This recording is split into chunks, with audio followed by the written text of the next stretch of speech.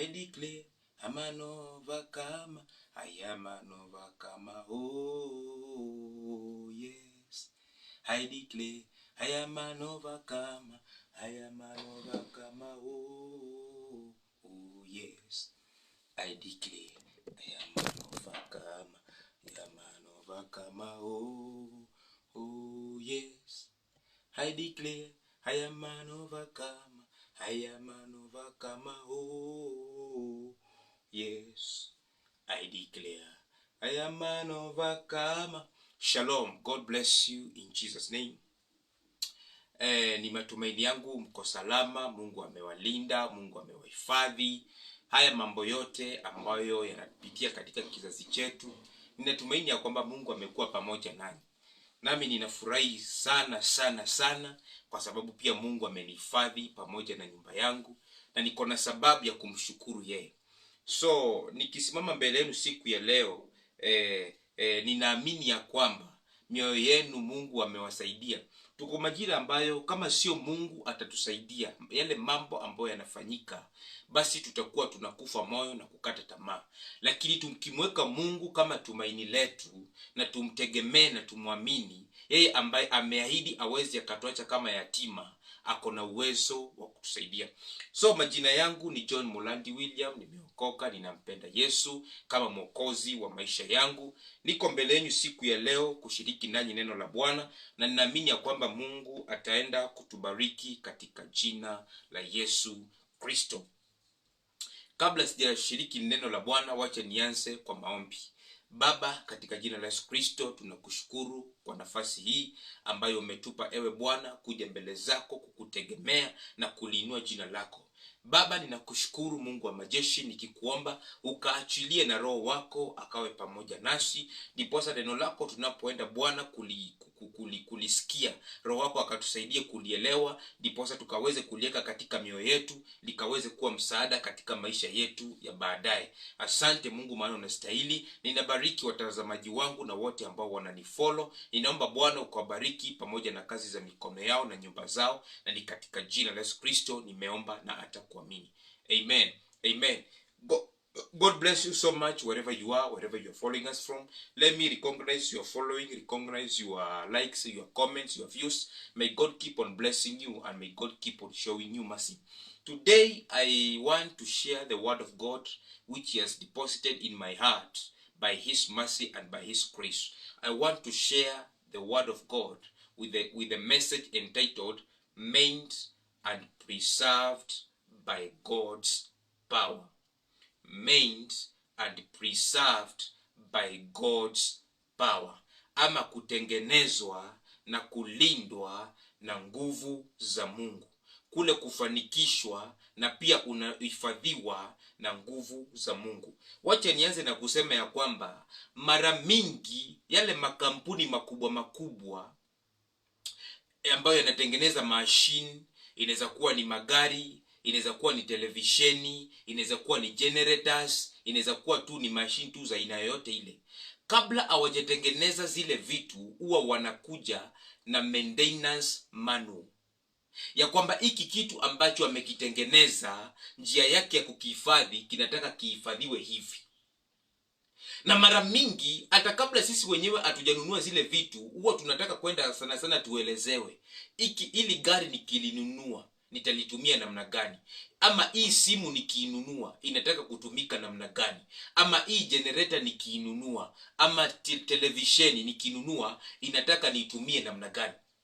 Na yule mtu ambaye anaingia tu na kununua a machine ama kitu bila kufuatilia kuelewa a booklet manual ama vile ya kukitumia, basi hicho kitu akiwezi kikamserve kwa miaka mingi ama kwa muda ambao unafaa.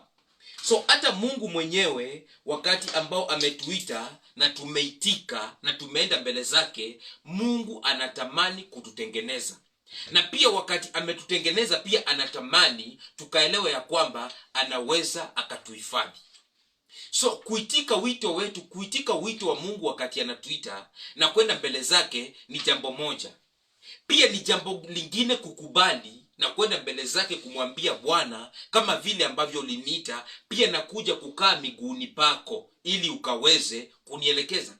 Maana katika dunia hii kuna mambo mengi, kuna majaribu, kuna shida, kuna mateso ambayo yanaweza mara mingi yakatutoa sisi katika mikono ya Mungu na tukaingia katika uharibifu. Lakini ule wakati ambao tumetamani na kwenda mbele za Bwana kumwambia ya kwamba kama vile ambavyo umeniokoa, kama vile ambavyo umeniita, ama kama vile ambavyo uliniumba, pia ninakuja kwako ukaweze kunielekeza, unisaidie nikaweze kujua jinsi ya kukaa. So I can say that we can trust in God always because he has what it takes to give us divine security. So the security or what we need in this life when we are called by the name of God is guaranteed. Because God doesn't, Mungu hajatuita tu akuje ajaribu na sisi, hapana. Mara mingi huwa nasema ya kwamba Mungu ajaribu kuona ya kwamba kama kile ambacho anafanya ndani yetu kitawaka, hapana. Mungu akona uhakika. Ni sisi tu tunafaa kumwamini na twende mbele zake tumwambie, kama vile ambavyo umetuchagua, kama vile ambavyo umetuita, kama vile ambavyo umekusudia, kama vile ambavyo umesema, basi ninajitoa kwako pia kwa maelekezo, ukaweze kunielekeza nikakae vile ambavyo unataka nikae. Kwa nini? Kwa sababu tukijitoa kwake akona uwezo wa kutulinda. Tukimuitika na pia tumuoneshe nia ya kukaa ndani yake na kumtegemea, akona uwezo wa kutulinda. Na ni mapenzi yangu siku ya leo ya kwamba Mungu atatusaidia tukaweze kujitoa, na iwe katika tamanio letu ya kwamba wakati tunamuitika na tunajitoa kwake, pia tunatamani akaweze kutusaidia tuendelee kukaa ndani yake. Kwa sababu mara mingi watu wanafikiria kwamba wito ama wokovu ni kitu ambacho unaweza ukakikubali na pia uendelee kukaa vile ambavyo unataka. Haiwezekani. Kwa sababu hata shetani mwenyewe, Yesu alisema ya kwamba shetani alikuja kuiba, kuua na kuharibu. Kwa nini? Kwa sababu shetani ana uwezo, wakati tumeokolewa na hatuwezi kukaa chini ya Mungu ama tumfuate Mungu aweze kutusaidia maisha yetu, shetani anajua kwamba anaweza akatuiba, atuue na atuharibu. Lakini tukielewa ya kwamba huyu Mungu ambaye alituita ama huyu Mungu ambaye anatutengeneza anatamani kutuhifadhi, tutajitoa kwake na maisha yetu itakuwa salama. Let me read the book of Numbers chapter 23 from verse 18 to 24. We see a scenario here of people who God himself, he made sure that he has protected them. Numbers 23 18 to 24. And the Bible is saying, this was the prophecy Balaam delivered. Rise up, Balak, and listen. Hear me, son of Zippor. God is not a man that he should lie. He is not a human that he should change his mind. Has he ever spoken and failed to act? Has he ever promised and not carried it through? I received a command to bless. He has blessed and I cannot reverse it. No misfortune is in sight for Jacob. No trouble is in store for Israel. For the Lord their God is with them. He has been proclaimed their king. God has brought them out of Egypt. He is like a strong ox for them.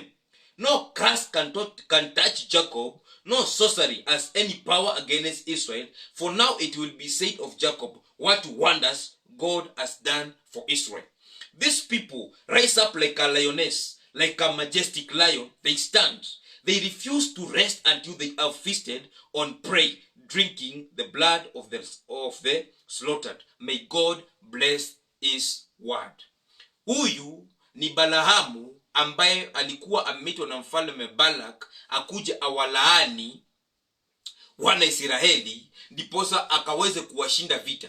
Kwa sababu Balak alikuwa amesikia sifa za wana Israeli ya kwamba mahali popote penye wamepitia wako na nguvu za kuharibu ufalme, wako na nguvu za kupigana na maadui, na wote ambao wamesimama kinyume na kuwapiga vita hakuna ambaye amefanikiwa. So Balak akajua ya kwamba kama atakuwa na uwezo wa kuwalaani, basi atawadhoofisha, nguvu zao zitadhoofika, na atakuwa na uwezo wa kuwashinda vita. Na wakati Balaam aliitwa kuja kuwalaani, Mungu mwenyewe alimtokea. We know the story of Balaam and the talking donkey.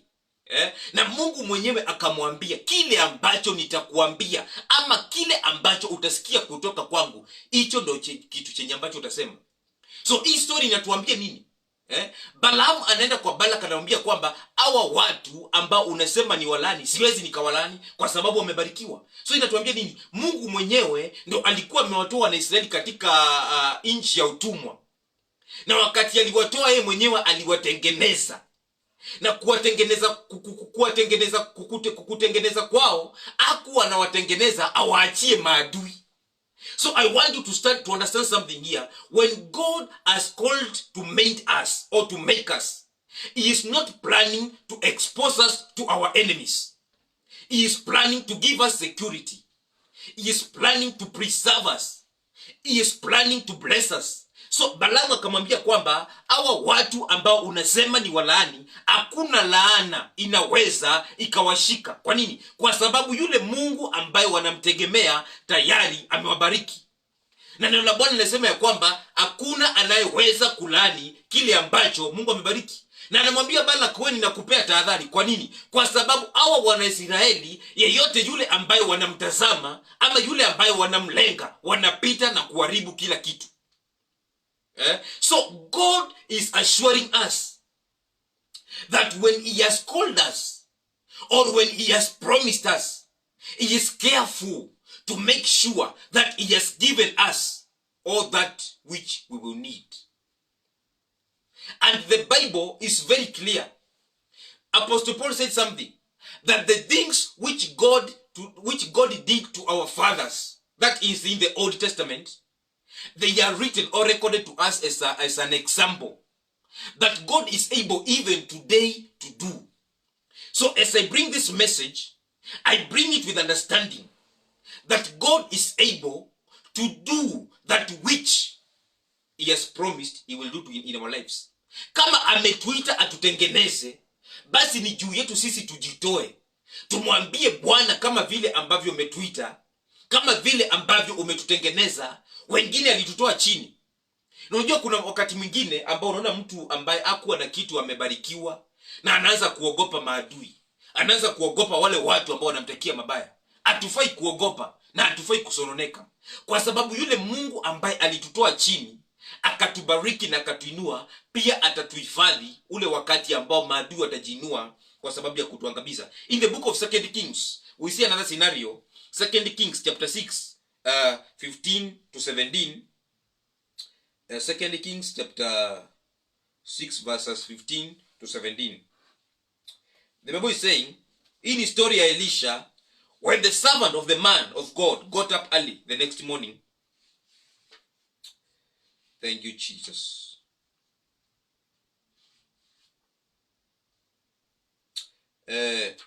Story ya Elisha na mfalme wa Aram. When the servant of the man of God got up early the next morning and went outside, there were troops, horses, and chariots everywhere. Ah, my Lord, what will we do now? He cried out to Elisha. Don't be afraid, Elisha told him, for there are more on our side than on theirs. Then Elisha prayed, Oh Lord, open his eyes and let him see. The Lord opened his servant's eyes, and when he looked up, he saw that the hillside around Elisha was filled with horses and chariots of fire. Hapa ni mfalme wa Aram. Kila wakati alikuwa akipanga kwenda kupiga taifa la Israeli, ama mfalme wa Israeli, Elisha alikuwa mtumishi wa Mungu katika Israeli, alikuwa anaenda kuambia mfalme ya kwamba msipitie njia hii, msiende upande huu, kaeni mkiwa mmejipanga namna hii. Na wakati wote ambao mfalme wa Aram angekuwa anamngojea ama angekuwa anataka kuwa-attack, angekosa namna, kwa sababu mahali maybe alikuwa anawangoja awangepitia. Na akajiuliza siku moja, kwani ni nani huyu ambaye huwa anafichua yale mambo ambayo nimeyapanga kwa mfalme, lazima niko na adui. Lakini mtu mmoja akamwambia, hapana mfalme, kuna mtu mmoja anaitwa Elisha ambaye hata ukiongea katika chumba chako cha kulala anasikia na anaambia mfalme wa Israeli kile ambacho umepanga. So akasema, nataka mwende mchukue huyo mtu mlete hapa. Na akatuma majeshi wake. Na sasa mfanyikazi wa Elisha wakati aliamka akapata wamezungukwa the troops ama makundi ya maaskari wa mfalme wa Aram. Na akaambia Elisha, bwana wangu, sijui tutatokea wapi, tumezungukwa, hatuwezi tukatoka mahali hapa. Elisha akamwambia, usijali. Kwa nini? Kwa sababu walio upande wetu ni wengi kushinda walio upande wao. Na akamuombea, akamwambia, Bwana, fungua mtumishi wangu macho akaweze kuona vile ambavyo anafaa kuona. Na wakati alifunguliwa macho akaona yenyewe kuna malaika wengi wa vita wanawazingira. So hii inatuambia nini? Wakati Mungu ametuita kwa sababu ya kutupea mandate, hatufai kuogopa maadui. Hatufai kuogopa vile ambavyo watu watapanga. Hatufai kuogopa wale walio kinyume na sisi. Kwa nini? Kwa sababu yeye anayetupea mandate ako na uwezo wa kutuhifadhi na ako nasi kila wakati. Neno la Bwana linasema ya kwamba yule Mungu auangaliaye Wanaisraeli hawezi kulala wala kusinzia. So tukimwamini Mungu na tukimjua namna hiyo, hakuna chochote kiko na uwezo wa kututisha. Hakuna chochote kiko na uwezo wa kutudhoofisha. Hakuna chochote kiko na uwezo wa kutushtua. Elisha alielewa ya kwamba huyu Mungu ambaye amenipa uwezo wa kuona mambo katika roho na kufichua siri za maadui, hata wakati maadui wataniinukia naweza nikamtegemea kwa sababu ako na uwezo wa kunisaidia. Na hakika wakati adui alimuinukia na akataka kumwangamiza, Mungu alijionyesha na akamsaidia. Ukisoma hapo chini utaona vile Elisha hata aliwapeleka kwa mfalme wake, aliwaombea akakuwa vipofu na akawaongoza, akawapumbaza. So inatuambia kwamba we have all what we need when we accept to follow what God is telling us to do. Because God making us is simply accepting what he wants us to do. Kwa sababu God cannot come to make a nobody. God cannot come to make a rebellious person. God cannot come to make someone who doesn't want to collaborate with him. We must be willing to follow him, to obey him, and to live resting assured that he is able to preserve us even in the times of the enemy. So I can say this, that when we know what it means for us to have God in our lives, worries and fear dies completely. Wakati tunajua kile ambacho umuhimu wa kuwa na Mungu katika maisha yetu, mashaka na uoga huwa zinaondoka mara moja. In the book of John chapter 15 verse 7, Jesus is teaching something very powerful. John 15 and verse 7, Jesus is saying, but if you stay joined to me and my words remain in you, you may ask any request you like and it will be granted. So when we are afraid, it means that we are not joined to our God. Because when we are joined to our God, anything which can bring fear in our lives, the frustrations and disappointments of life, we just go to God and tell him, Father, we need this and this. We need your help. We need you to hold our hands. And then he can hear as long as we are joined, and he can bring his help. That what we need will be granted. Also Joshua, because God is a promise keeper. Because that which he has promised, when we are joined to him, we can just ask what we want and it will be granted. Every promise which God has promised us, it shall come to pass as long as we are willing to keep on obeying him. That thing which we are asking him, Father, we are waiting upon you. Mfalme Solomoni anamwambia nini wakati amemsaidia kujenga hekalu? Anamwambia, Bwana, kile ambacho ulizungumza na mdomo wako kwa baba yangu mfalme Daudi umekitimiza na mkono wako. Kwa nini? Hii ni kuhakikisha, ni kumaanisha kwamba God is faithful and is a promise keeper. And we see it in the book of Joshua 21:43 to 45. Oh my God. Joshua 21:43 to 45. Here. So the Lord gave to Israel all the land he had sworn to give their ancestors, and they conquered it and settled there. And the Lord gave them rest on every side, just as he had solemnly promised their ancestors. None of their enemies could stand against them, for the Lord helped them conquer all their enemies. All of the good promises that the Lord had given Israel came true. Biblia inasema kwamba Mungu aliwapa Wanaisraeli kila kitu ambacho alikuwa amewaahidi. Ukisoma in the book of Joshua chapter 1, utaona zile ahadi ambazo Mungu anampa Joshua, akimwambia kwamba kama vile ambavyo nilikuwa na Musa, hivyo ndo nitakuwa na wewe. Ukilitii neno langu na ukae pamoja nami, nitakusaidia, nitakuwezesha ukaingize hawa watu katika nchi ya Kanaani. Na wakati Joshua anaendelea kushikamana na Mungu, Mungu akamwezesha kushinda vita. Mungu akamwezesha kufanya mambo makubwa, hata kusimamisha jua. Mungu akamwezesha kumiliki Kanaani. Na ndo baadaye Joshua mwenyewe anasema ya kwamba hakuna kitu hata kimoja ambacho Mungu alikuwa amewaahidi ambacho hakukitimiza. Wakati tunakubaliana na Mungu na kile ambacho amesema, we cannot be afraid of our enemies, because we know even if it looks like if it is not it is hard, hata kama inakaa kukuwa ni ngumu, huyu Mungu ambaye ameahidi, huyu Mungu ambaye amesema ako na uwezo wa kutuhifadhi. So Joshua anasema ya kwamba hakuna kitu hata kimoja ambacho Mungu alikuwa ameahidi wana Israeli ambacho hakukitimia. Vyote vilikuja kutimia. Na ukisoma unaona ya kwamba wana Israeli walikuwa na vita mingi. Kuna wafalme waliwainukia, kuna maadui waliwainukia, hata Kanaani yenyewe ilikuwa na watu walikuwa wameimiliki. Lakini Mungu aliwapa uwezo wa overpower every enemy. And God made sure that they have occupied the land. So today I pray over our lives in the mighty name of Jesus, that the God who is making us is able to preserve us until we reach our destination. In the book of Jeremiah, chapter 18, from verse 1 to 6. Jeremiah 18, from verse 1 to 6. The Lord gave another message to Jeremiah. He said, "Go down to the shop where clay pots and jars are made. I will speak to you while you are there." So I did as he told me, and found the potter working at his wheel. But the jar he was making did not turn out as he had hoped.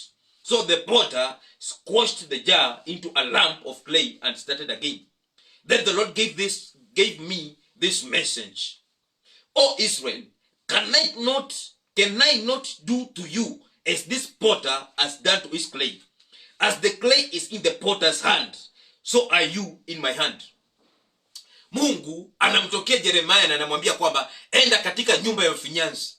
Na Jeremiah wakati yako mahali pale anaona mfinyanzi anajaribu kufinyanga chombo, lakini kile chombo kinaharibika akitokei vile mfinyanzi anataka. Na baadaye mfinyanzi anakiharibu na kutoa chombo kingine kutoka kwa hayo kwa the same clay. Na Mungu anamwambia Jeremiah, si hao wana Israeli wako mikononi mwangu kama vile ambavyo hiki chombo kiko katika mikono ya mfinyanzi. So Mungu anasema ya kwamba wana Israeli waambie wasijali, as long as wamejitoa kwangu, hata kama inakaa ni kama mambo inaenda vingine, hata kama inakaa ni kama hawaendi vile ambavyo walikuwa wanatarajia, as long as they are in my hands, I am able to make them, I am able to help them, I am able to bring them from perversions, I am able to give them victory. Kile ambacho kinaweza kikafanya mtu akwame mahali pamoja ni kuingiwa na hofu na kufikiria kwamba hakuna kitu ambacho kinaweza kikafanyika. Lakini wakati ambao tunaelewa yule Mungu ambaye anafanya kazi katika maisha yetu ako na uwezo wa kufanya kila kitu kama mfinyanzi, tunajitoa kwake, kwa sababu yeye ndivyo alivyo, ya kwamba ako na uwezo. Haijalishi zile shida ambazo tunapitia, haijalishi majaribu ambayo yako upande wetu, haijalishi kile ambacho kinafanyika katika majira haya, as long as we can be found in the presence of God and tell him, "Father, as you have helped us, my Father, to be where we are today, even now we give ourselves to you. Please keep on helping us." Mambo yanafanyika mengi ambayo yanaweka watu woga. Kuna wale wanazungumzia economy imekuwa ngumu. Kuna wale wanasema majira haya yamekuwa ya kutatanisha. Kuna wale wanasema sijui itakuwa aje. Lakini itakuwa salama kwa wale ambao wataliamini neno la Bwana na kujitoa kwake ili akaweze kuwasaidia. And this is my prayer, that we are going to be found in the presence of God, and God himself is going to help us, so that we are going to be able to amount that which he wants us to amount. Because hakuna mtu ambaye aliwahi mtegemea Mungu ambaye alikuja kuangukia hasara. Wale wote ambao walimtegemea Mungu, ndio maana Biblia inasema kwamba to them those who believed, he gave them power to become sons of God. Hii kuamini tu na kumtegemea Mungu, hata kama hali inazungumza opposite, you refuse to speak negative. You give yourself hope in the Lord. Even if there is nothing, which it seems like if it is working, as long as we are able to tell him, Father, you are the one who made us, please preserve us, then God is able, because his word has assured us so. So I can say, God's promises can only be manifested in our lives through his power when we are obedient to him. Ahadi za Mungu zinaweza kuwa tu zikadhihirika katika maisha yetu kupitia nguvu zake wakati tunamtii. People are so rebellious. Watu wako na rebellion kuasi tu. Unapata mtu ako na shida, ako na mahangaiko, lakini yeye ameamua tu kuendelea kuharibu maisha yake. Hakuna suluhisho ambayo inaweza ikapatikana kwa mtu ambaye anafanya mambo kinyume na usalama wake yeye mwenyewe. Tunafaa kuingia katika nafasi ya kwanza ya kujipenda na kukubali ya kwamba ile hali ambayo tuko ndani yake, ama yale mambo ambayo yanatufanyikia, tuko na Mungu mkubwa ambaye alituumba na anaweza kubadilisha kila kitu. Kwa sababu yeye ameja kwamba ni mwenye nguvu zote. Anasema ya kwamba tazama, mimi muumba wa mili yote. Je, kuna jambo ngumu kwangu?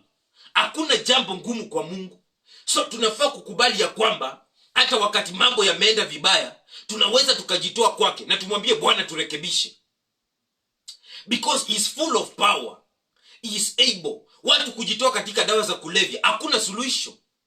Watu kujitoa katika mambo mabaya ya kujiharibia tu hata afya, hakuna suluhisho.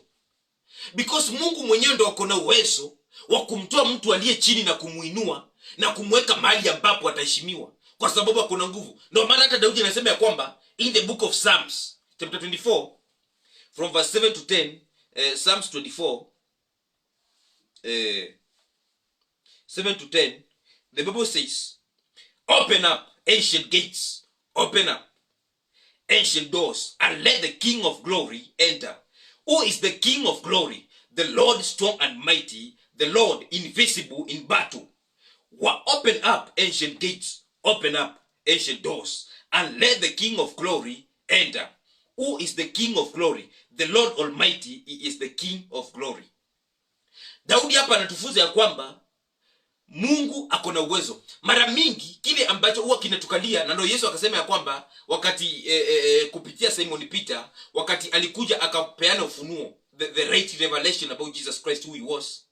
Jesus said that you are the rock, and upon this rock I will build my church, and the gates of hell shall not prevail against it.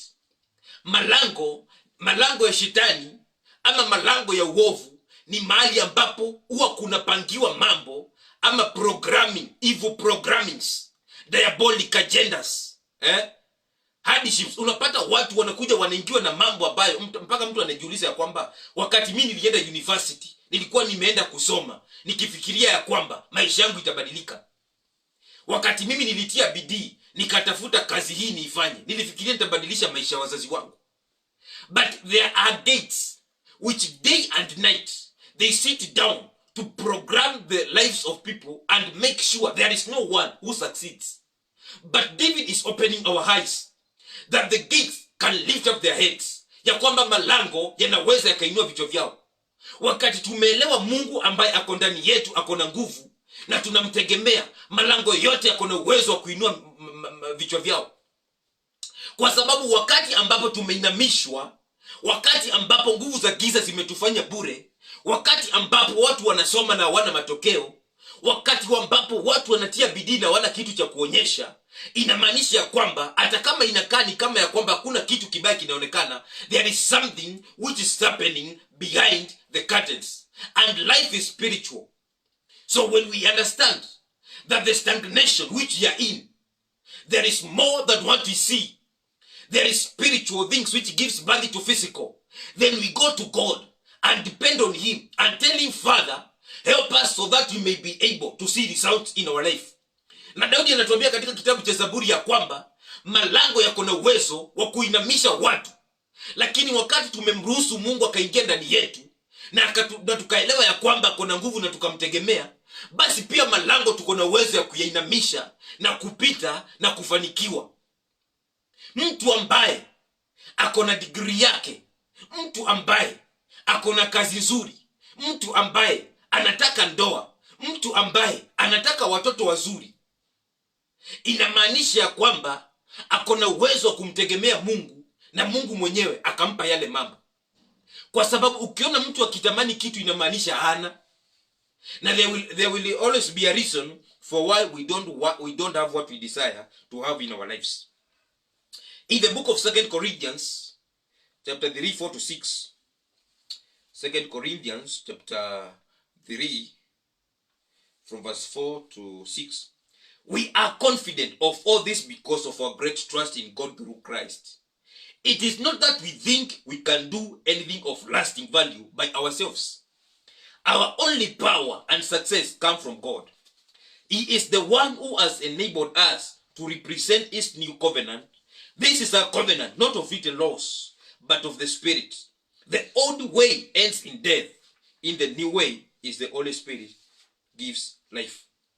Paulo anasema ya kwamba si ati tuko na ujasiri wale ambao tumeokoka ni kwa sababu tuko na nguvu. Hapana, nguvu zetu zinatoka kwa Bwana yule ambaye ametuokoa kupitia Yesu Kristo.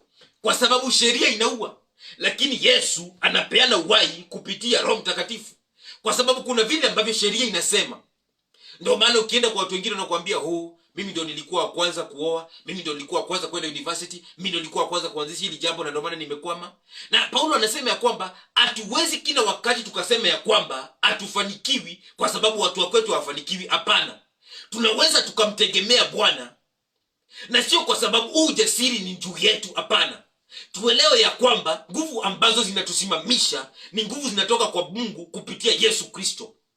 Kwa sababu sheria ambayo huwa imetufunga, ambayo tunajaribu kutafuta matokeo na hatupati, tunajaribu kutia bidii na hatuna kitu cha kuonesha, inamaanisha kwamba hii sheria yule ambaye anaweza akaivunja ni Yesu Kristo wakati tumemkubalia katika maisha yetu. The confidence and courage we need in this life is hidden in believing in the mighty power of God. Ule ujasiri na uhakikisho ama uhakika ambao tunahitaji katika maisha haya iko ndani ya kumwamini Yesu Kristo. Kwa sababu nguvu za Mungu katika maisha yetu huwa zinafanya kazi kupitia kukubali kazi ya msalaba.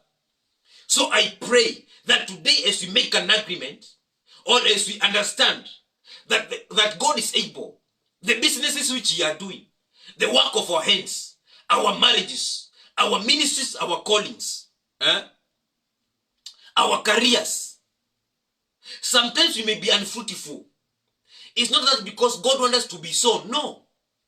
It's because maybe there are powers which are reclaiming our prosperity. But when we understand and say it is for freedom that Jesus died on the cross, it is only when we are able to receive the deliverance which we are seeking. So God is desiring to make us and preserve us. In the book of Job chapter 12 and verse 32, 12 and 32, the Bible is saying, and when I am lifted up on the cross, I will draw everyone to myself. Yesu anasema wakati atainuliwa msalabani, atawavuta watu wote kwake. Na hata siku ya leo, Yesu ameinuliwa msalabani. We just need to accept him. We just need to allow him so that he may draw us to himself.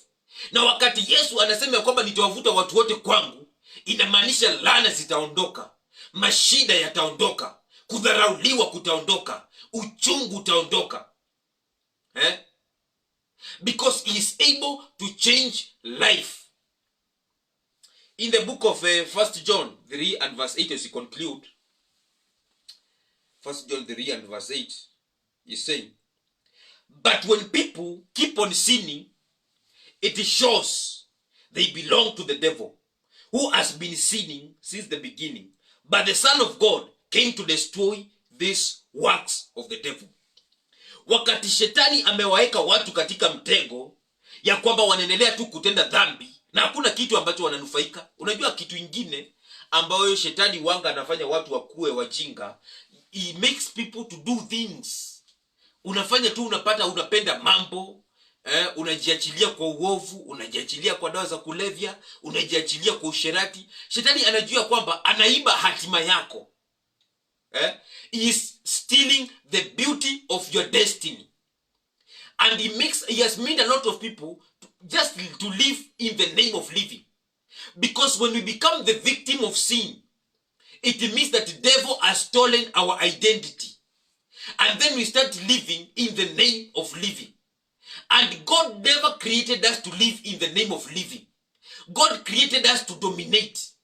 God created us to enjoy the beauty of our destiny, to enjoy his power working in our lives. But when we cultivate the behavior to keep on sinning, then we become slaves to the agendas of the enemy. We become slaves to every plan of the devil. But when we say no to sin and give ourselves to live a holy life, it is a battle. But at the end of the day, we show something out of it. Because God is not a user. If he has called us to live a holy life, then he knows that when we accept it, we will have something to show. Because when we reject to live a holy life, then we will show losses, we will show failures, we will show desperation, we will show disappointments, we will show cries, because that is what the devil does to people. But when we make a decision and say that we accept, no matter the cost, to live a holy life, then we will show greatness, we will show happiness, we will show joy, we will show good things, we will show profit, and we will be exalted, because that is what God wants us to do. So I pray that God is able to help us to be made and preserved by God. Start by forsaking our evil ways and believing wholly in Jesus Christ our Savior. To be made and preserved by God's power starts by forsaking our evil ways and believing wholly in Jesus Christ our Savior. This is the message I have brought. The message the Lord deposited in my heart. That he is willing to preserve his people. But we must accept to live a holy life. For us to stand like Joshua and say, every promise which God promised me, he has made it to come to pass. For us to be able to show the results. For us to be able to enjoy the good things which the Lord is doing, we must forsake every evil way which we are doing. Life is a process. Hakuna mtu ambaye ni mtakatifu. Ni kujitoa tu wanga tunajitoa. Na kukubaliana na Bwana. Ya kwamba Bwana nataka unibadilishe. Ya kwamba Bwana nataka unisaidie. Maybe uko mahali hapa tu na unasema ya kwamba mimi ningetamani huyu Mungu anisaidie. Hakuna mtu ambaye amepitwa na muda. Even if you are falling short of the glory of God, you can come back. You can reclaim it by forsaking your evil ways. And tell him, Lord, I need you to make me. I need you to preserve me by your power. So that I may emerge victorious. So that as I wake up to go to work, I may have something to show at the end of the day. Unakataa kufanyia madeni. Unakataa kufanyia hasara. Unakataa kufanya kazi. Lakini uko na mambo mengi ambayo yanakuletea shida ambazo hata wewe mwenyewe uelezi zinatoka wapi. So God is able tonight. And this power is available. And ye believe that he wants to change our lives for good tonight. So I pray that the Lord is going to help us as I come to the end of this message, that he is going to have his way in our lives. As I pray for you, I want you to believe that the Lord who has brought this message to us is following it to fulfill it. Let us pray. Everlasting God, in the mighty name of Jesus, thank you because of helping me. I have shared your message as you have deposited in it my heart. Father, now I release your grace in our lives. I release your grace for transformation. I release the grace of results. I release the grace which will help us, my Father, to see that which you have promised tonight. Thank you for your word. The Bible says that your word is yes and amen. And your promises are yes in Lord Jesus Christ. I provoke and invoke the blessings which are hidden in your word to come and be manifested in our lives tonight for the glory and honor of your name. Thank you for my followers. Thank you, my Father. I pray that you are going to touch them wherever they are, that you are going to transform them, and that you are going to help them in the mighty name of Jesus. Thank you, my Father. Thank you because you are God. We love you, we worship you. And it's in the name of the Father, the name of the Son, and the name of the Holy Spirit we pray, believing and trusting.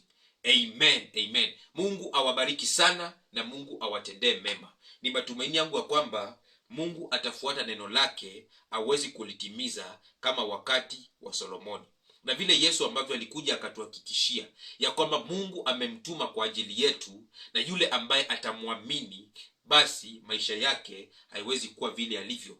Nina matumaini yangu ya kwamba kuanzia sasa tunaenda kuzaa matunda na jina la Bwana katika maisha yetu, familia zetu, kazi ya mikono zetu, huduma zetu itaenda kudhihirika kupitia nguvu zake. Mungu awabariki sana. May God bless you.